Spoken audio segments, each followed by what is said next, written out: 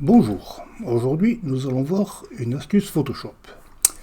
Voilà, je voudrais retoucher cette photo d'un paysage écossais, mais je trouve le ciel un petit peu palichon, je voudrais le renforcer, que le ciel. Alors c'est simple, je fais sélection, ciel, Photoshop mouline un petit peu, il me sélectionne le ciel, il prend un petit peu de la montagne là, mais c'est pas grave. Je fais par exemple une courbe, je la mets en mode produit, l'effet est un peu fort, je réduis l'opacité. Voilà, est-ce que j'ai besoin de toucher un petit peu la courbe?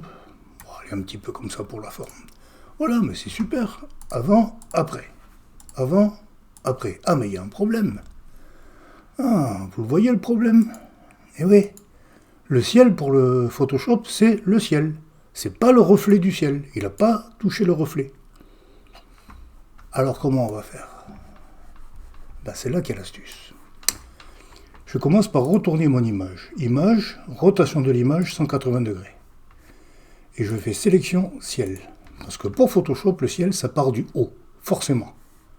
Voilà. Donc, sélection, mémoriser la sélection.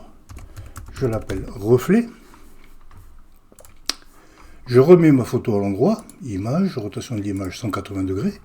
Au passage, il a perdu la sélection, mais c'est pas grave, elle est toujours ici dans les couches, puisque les sélections sont en fait une couche, un masque de gris, et donc ils sont enregistrés dans les couches. Maintenant que je suis comme ça, je refais sélection, ciel. Cette fois, il me prend le vrai ciel. Je retourne dans les couches, et là, je vais faire CTRL ou commande sur Mac pour récupérer cette sélection, et SHIFT pour l'additionner à celle qui est déjà en place. Voilà. Donc j'y suis, cette couche de reflet, je la vire, sinon quand je vais enregistrer mon image, elle va s'enregistrer avec et ça va grossir le fichier inutilement. Et maintenant, je crée ma courbe, je la passe comme précédemment en mode produit, je réduis un peu l'opacité, voilà, et éventuellement, je baisse un petit peu la courbe, comme ceci. Et là, j'ai avant, après, sur l'ensemble de la photo, le ciel et le reflet. Alors attention, cette astuce ne marche pas avec toutes les photos.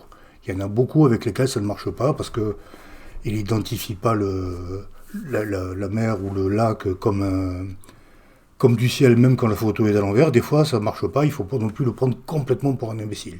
Mais dans pas mal de cas, ça permet de s'en tirer. Voilà, bonne journée.